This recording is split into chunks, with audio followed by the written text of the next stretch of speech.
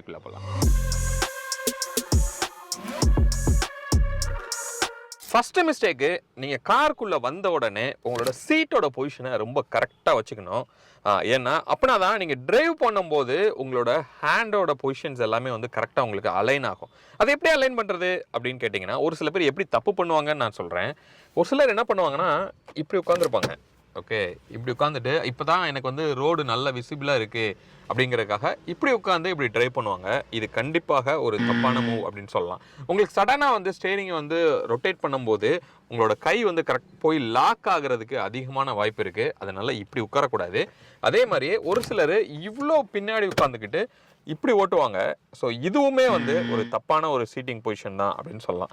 அப்போ எப்படி தான் இருக்கணும் அப்படின்னு கேட்டிங்கன்னா, நீங்கள் கையை வந்து இப்படி நீட்டினீங்க அப்படின்னு சொன்னால் உங்களோட ரிஸ்ட் இருக்கு இல்லையா, அந்த ரிஸ்ட் வந்து இந்த ஸ்டேரிங்கோட டாப்பில் வந்து இப்படி போய் நிற்கணும். இப்போ நீங்கள் பார்த்தீங்கன்னா நான்